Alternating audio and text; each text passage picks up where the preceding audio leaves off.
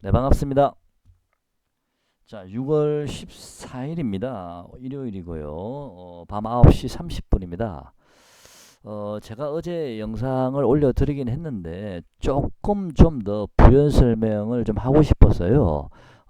제가 주중에는 찾아뵙기가 쉽지 않아서 좀 여러분께 한 번 더 좀 이제 강조를 해드려야 되지 않을까 좀 싶어서 간단하게 제가 영상을 올려보도록 하겠습니다. 오늘은요. 자, 어제 제가 말씀드린 그 코덱스 인버서요. 자, 코덱스 인버서는 유심히 여러분 체크를 하셔야 될 듯 합니다. 이 종목이 6천, 제가 어제 500원 정도 근처까지는 한번 갈 가능성이 있다. 내일 당장 그 자리를 간다는 게 아니고요.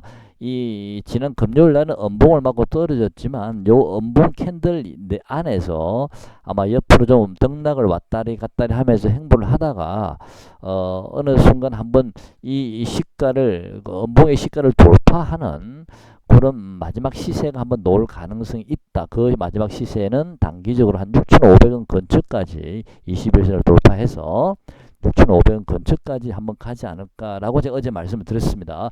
그 가능성을 꼭 한번 체크하시면서 만약에 코덱스 인버서가 6,500원 근처까지 만약에 올라가는 모양이 보인다면 그때는 가감하게 여러분께서 매수하고 싶은 종목들 한번 단기적으로라도 한번 매수를 한번 가담해 보시기 바랍니다. 두 번째는요. 삼성 SDI라는 종목을 좀 우리가 한번 봐봐야 될 듯한데요. 어제 제가 이 종목을 여러분께 말씀을 드릴 때 주봉상이죠. 제가 잠깐 지워보겠습니다. 주봉상으로 한 요 자리 정도 오면 한번 매수해 볼 만하지 않겠습니까? 라고 제가 말씀을 드린 적이 있습니다. 대략 한 35만원 정도 요 라인을 말씀을 드렸는데요. 그 라인이 바로 이 직전 고점 라인이 있는 요 자리입니다. 요 자리요. 제 생각에는 요 자리까지 한 번 정도는 근처까지 올 가능성이 있다라 보여지고요. 그러면 아마도 35만원이 될지 35만 5천원이 될지는 모르지만 대략 35만원에서 35만 5천원 정도까지 그 구간 내에 한번 진입할 가능성이 장중에 있다라고 보여지고요. 그런 다음에 다시 한번 리바운딩이 나올 텐데 그랬을 때 이 직전 고점을 돌파하는지 아니면 이 직전 고점 라인에서 쌍봉을 만들고 다시 꺾이는지를 한번 여러분께서 체크를 해 보셔야 되는데 일단은 요 자리 35만원에서 35만 5천원 요 자리에서는 충분히 여러분께서 한번 매수해서 단기적이라도 좀 수익을 낼 수 있지 않을까라고 보여지고요. 이 30만원, 35만원에서 35만 5천원 삼성 SDI가 그 가격에 올 때 바로 코덱스 인버스가 아까 제가 말씀드린 6,500원 라인 근처까지 올라가는지 만약 그게 거의 비슷한 가격에 맞아 떨어진다면 확률이 좀 더 높아지지 않을까라고 보여집니다. 자, 그리고 두산 퓨어셀은요, 제 예상보다 훨씬 더 많이 올라갔습니다. 어마어마한 시세가 지금 나오고 있는데 굉장히 오버슈팅이 나왔고요. 이 종목은 2만 원을 넘어서면서 이러다가 또 2만 6천 원에서 2만 8천 원까지 가는 게 아닌가 싶었는데 결국에는 장중 고점이 25,900원을 찍었습니다. 이 종목은 지금 거래 정지가 되어 있지만 아마 이 종목도 다시 한번 2만 2, 3천원 조정을 받는데 2만원을 깨지 않는 조정이라면 이 종목도 한 번 더 이 쌍봉을 만들어 올라가지 않을까라고 보여집니다. 25,900원이면 제가 보기엔 거의 다 고점 근처에 다 왔다라고 저는 보고 있거든요.